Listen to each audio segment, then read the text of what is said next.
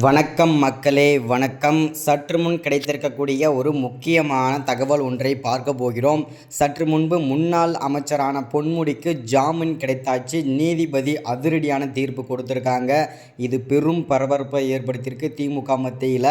So இதை பற்றின தெளிவான துல்லியமான விளக்கத்தை தான் இந்த ஒரு வீடியோவில் தெளிவாக பார்க்க போகிறோம்.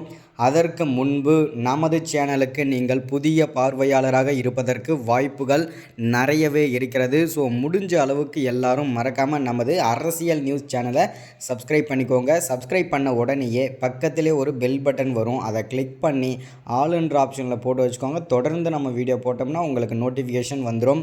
அதை பார்த்து தெரிஞ்சுக்கலாம் இன்றைக்கி என்ன அரசியல் நியூஸ், இன்றைக்கி என்ன அரசியல் அப்டேட்டுன்றதை தெளிவாகவும் துல்லியமாகவும் தெரிஞ்சுக்கலாம். அது மட்டும் இல்லாமல் வீடியோ பார்க்குற எல்லோரும் மறக்காமல் வீடியோக்கு லைக் பண்ணிவிடுங்க, மறக்காமல் ஷேர் பண்ணுங்கள்.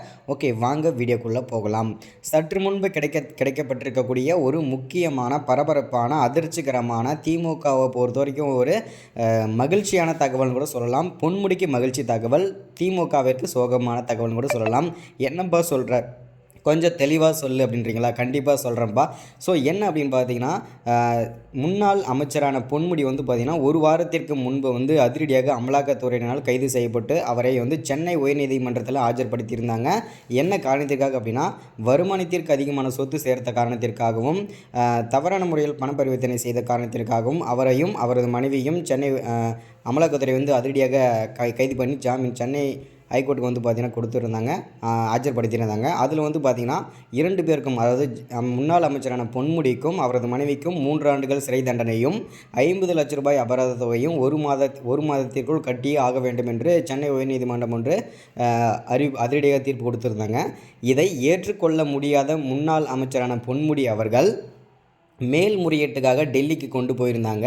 ஸோ டெல்லியில் பார்த்திங்கன்னா இவங்க பவர், அதாவது பார்த்திங்கன்னா திமுகவோட பவர் எல்லாமே காமிச்சு திமுக பார்த்திங்கன்னா எல்லா வக்கீல்களையும் வச்சு சுக்குநராக உடச்சிட்டாங்கன்னு கூட சொல்லலாம். இந்த கேஸை முன்னாள் அமைச்சரான பொன்முடிக்கு அதிரடியாக ஜாமீன் கிடைத்தாச்சு.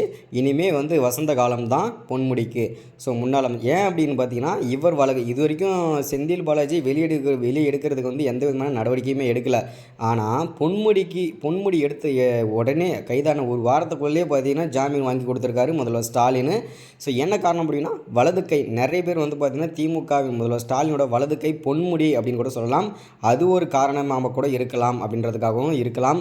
ஸோ வெயிட் பண்ணி தான் பார்க்கணும். அது மட்டும் இல்லாமல் திமுகவின் அடுத்த ஆப்பு யாருக்குன்றதை அடுத்தடுத்த அமலாக்கத்துறை லிஸ்ட்டே கொடுக்க போகிறோன்றதையும் தெளிவாக உறுதிப்படுத்தியிருக்காங்க. அந்த அப்டேட் பார்த்திங்கன்னா அடுத்தடுத்த வீடியோவில் கண்டிப்பாக நான் அப்டேட் பண்ணுறேன் கிடைத்த உடனே.